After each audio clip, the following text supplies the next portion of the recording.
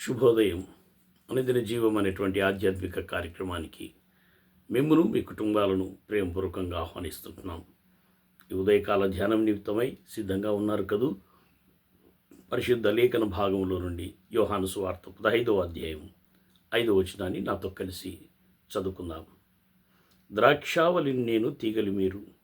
ఎవడు నా యందు నిలిచిండునో, నేను ఎవనియందు నిలిచిందో వాడు బహుగా ఫలించును.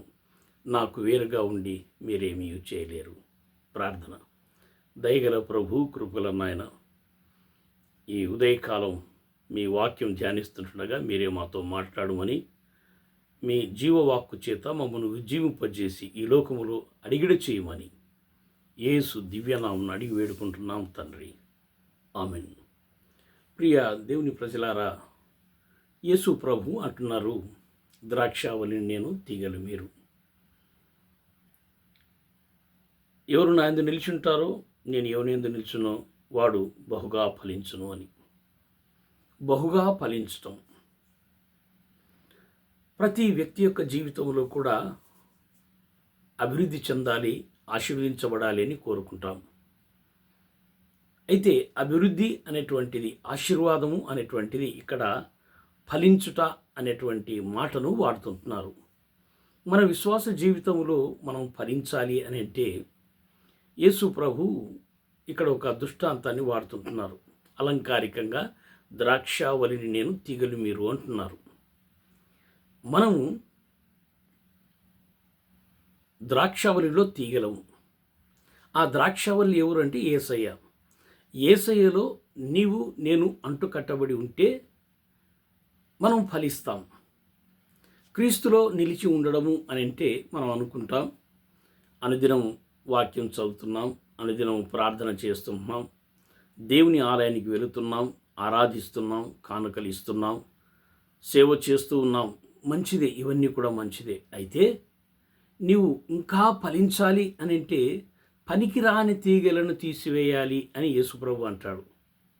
పనికిరాని తీగలు. సో ఆ పనికిరాని తీగలు మనలో ఉన్నంత వరకు ఇవన్నీ కూడా శారీరకంగా జరుగుతూ ఉంటాయి, కానీ ఆత్మీయ ఎదుగుదల ఉండదు. ఆత్మీయ ఎదుగుదల కావాలంటే శరీర కార్యాలను నీలో నుండి తీసివేయాలి. అంటున్నాడు కదా, పనికిరాని తీగలు తీసి పారవేయాలి. ప్రభులో మనం నిలిచి ఉండాలి. మొట్టమొదటిగా పనికిరాని తీగలను మనం తీసి పారవేయాలి. 2వ వచనంలో అంటాడు కదా, దేవుని వాక్యులు మనం గమనించినట్లయితే, ఫలించు ప్రతి తీగె మరి ఎక్కువగా ఫలింపవలని దానిలోని పనికిరాని తీగలను తీసి పారవేయవలను. సో మన యొక్క ఆత్మీయ జీవితంలో ఆటంకంగా ఉన్నటువంటి కార్యాలు ఏవైతే ఉన్నాయో వాటిని మనం తొలగించుకోవాలి. ఆ పనికిరాని తీగలు ఏమిటి అని అంటే, అపోస్తుడైన పౌలు భక్తుడు గలతీ సంఘానికి రాస్తూ 5వ అధ్యాయం 19వ వచనం నుండి మనం గమనించినట్లయితే, శరీర కార్యములు ఏవనగా అని చెప్తూ అక్కడ ఈ మాటలన్నీ కూడా తెలియజేస్తారు. జారత్వము, అపవిత్రత, కాముకత్వము, విగ్రహారాధన, అభిచారము, ద్వేషములు, కలహములు, మత్సరములు, క్రోధములు, కక్షలు, భేదములు, విమతములు, అసూయలు, మత్తతలు, అల్లతితో కూడిన ఆటపాటలు. ఇవన్నీ కలుపు మొక్కలు, ఆత్మీయంగా ఎదగకుండా చేసేటువంటి కలుపు మొక్కలు. ఇవి తొలగించినప్పుడే ఆత్మీయంగా మనం ఫలిస్తాం. ఎలాగన ఫలిస్తాం? 22వ వచనము, ఆత్మ ఫలమేమనగా ప్రేమ, సంతోషము, సమాధానము, దీర్ఘశాంతము, దయాళుత్వం, మంచితనము, విశ్వాసము, సాత్వికము, ఆశా నిగ్రహం. Praise the lord. నీ పనికిరాని తీగలు నీవు తొలగిస్తే మంచి ఫలాలు నువ్వు పొందుకుంటావు. దేవుని యందు అధికంగా సమృద్ధిగా నువ్వు దీవించబడతావు, బహుగా ఫలిస్తావు. అట్టి కృపను పొందుకున్నట్టు పరిశుద్ధాత్మ దేవుడు సహాయం దయచేయునుగాక. ప్రార్థన. దయగల ప్రభు, కృపల నాయన, మీరు అనుగ్రహించిన వాక్యమును బట్టి వందనాలు. ద్రాక్షవల్లి మీరు, తీగలు మేము నాయన. మీలో నిలిచి ఉండాలి, బహుగా ఫలించాలి అని అంటే పనికిరాని తీగలు తీసివేయాలి.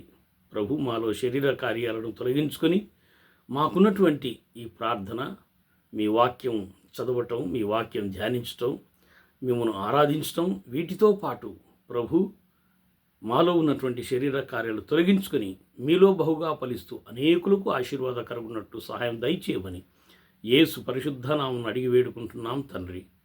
ఆమెను. దేవుడు మిమ్మును మీ కుటుంబాలను బహుగా దీవించునుగాక.